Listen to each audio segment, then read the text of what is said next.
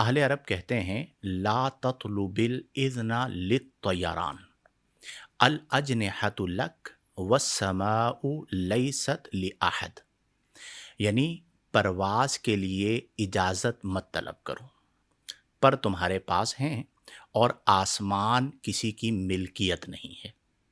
اب یہ جو جملہ ہے لا تطلب الاذن للطیران الاجنحۃ لک والسماء لیست لاحد، یہ اس بات پر دلالت کرتا ہے کہ انسان اپنے آپ کو مختلف قیود سے آزاد کرے۔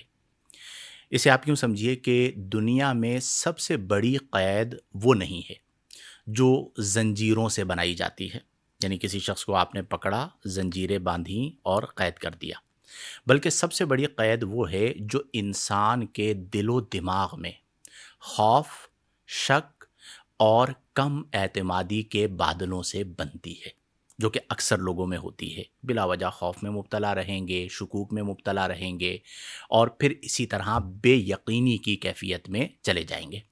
اس کا نتیجہ کیا نکلتا ہے کہ انسان کے پاس، یعنی ایسے شخص کے پاس پر تو ہوتے ہیں، مگر وہ خود اپنی ذات کی زنجیروں میں بندھا رہتا ہے اور وہ دوسروں سے اجازت مانگتا ہے کہ کیا میں اڑ سکتا ہوں، کیا میں کچھ کر سکتا ہوں۔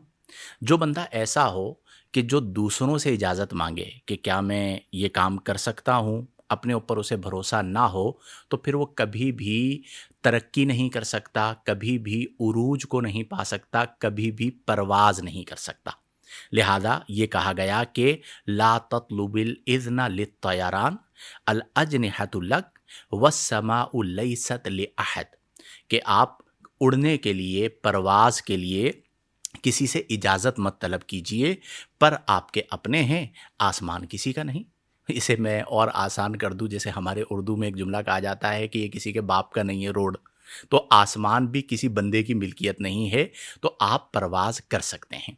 گویا کہ یہ جملہ ہمیں یہ سکھاتا ہے کہ زندگی میں پرواز کی اجازت کسی سے نہیں مانگی جاتی۔ جو شخص خود پر یقین رکھتا ہے، اس کے لیے کوئی فضا بند نہیں ہوتی، کوئی بلندی دور نہیں ہوتی، اور وہ بلندی کو بھی پاتا ہے اور عروج کو بھی پاتا ہے۔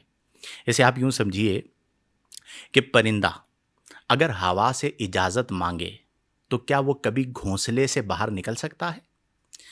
ستارے اگر اندھیروں سے ڈریں تو کیا کبھی وہ روشنی بکھیر سکتے ہیں؟ اس کا مطلب یہی ہے کہ زندگی کی راہیں انہی کے لیے کھلتی ہیں جو خود پر یقین رکھتے ہیں، جو اپنی منزل کے تعاقب میں دنیا کی رکاوٹوں سے بے نیاز ہو کر قدم بڑھاتے چلے جاتے ہیں۔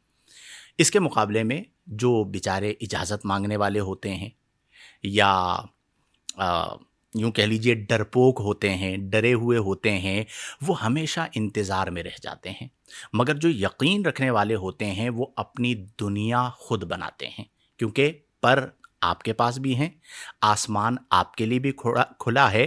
اب آپ پرواز کیجئے، اور پرواز کا جو حق ہے یہ صرف انہی کو ملتا ہے جو اجازت نہیں مانگتے، جو ارادہ رکھتے ہیں اور پھر پرواز کرتے ہیں، اللہ تعالیٰ انہیں عروج عطا فرماتا ہے۔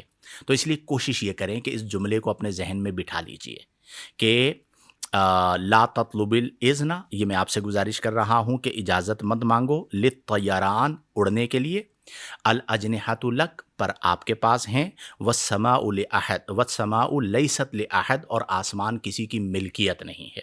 اور ہمارے ملک پاکستان میں اکثر طلباء مجھ سے یہ سوال پوچھتے تھے کہ جی ہم فارغ التحصیل ہو جائیں گے تو کیا کریں گے، ہم کس شعبے میں کام کریں گے، ہمارے ہاں تو اپرچونٹیز نہیں ہے، رونا جو رویا جاتا ہے ہمارے ہاں۔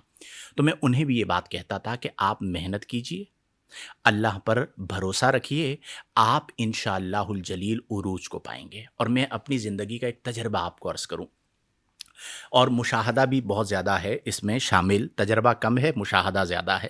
میں تجربات طبعی طور پر بہت کم کرتا ہوں، دوسروں کے تجربات کا مشاہدہ کر کے فائدہ حاصل کر لیتا ہوں، کہ ہمارے یہاں کوئی کسی کو آگے نہیں بڑھاتا۔ اب تو اساتذہ آگے نہیں بڑھاتے، اب تو آپ کے جو مرشد ہوتے ہیں نا، وہ بھی اپنے بچوں کو آگے بڑھاتے ہیں۔ دوسرے کے بچوں کو کیوں آگے بڑھائیں گے؟ پیر کا بیٹا پیر، استاد کی منصب کے منصب پر کون بیٹھا؟ اس کا بیٹا۔ ادارہ کس نے سنبھالا؟ بیٹے نے سنبھالا۔ میں اس کو مطلقاً تو رد نہیں کرتا، لیکن بہت ساری وجوہات سے میں اس پر کلام کرتا ہوں۔ چلیں خیر، یہ ہمارا موضوع نہیں، تو کوئی آپ کو آگے نہیں بڑھائے گا۔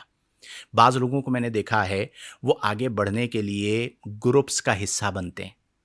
فلاں گروپ کے ساتھ چلیں گے یا حمزہ تو آگے بڑھیں گے، بیان ملے گا، محفل ملے گی، ٹھیک ہے، تقریر کریں گے۔ تو یہ جو گروپس کے چکر میں پڑتے ہیں، یہ ان کا حال وہی ہوتا ہے کہ نہ خدا ہی ملا، نہ وصال صنم، نہ ادھر کے رہے نہ ادھر کے رہے۔ اللہ پہ توکل کریں تو سب سے اہم چیز یہ ہے کہ آپ میں خود اعتمادی ہو، اپنے اوپر بھروسہ ہو، اور اپنی صلاحیات کو آپ نکھارتے رہیں۔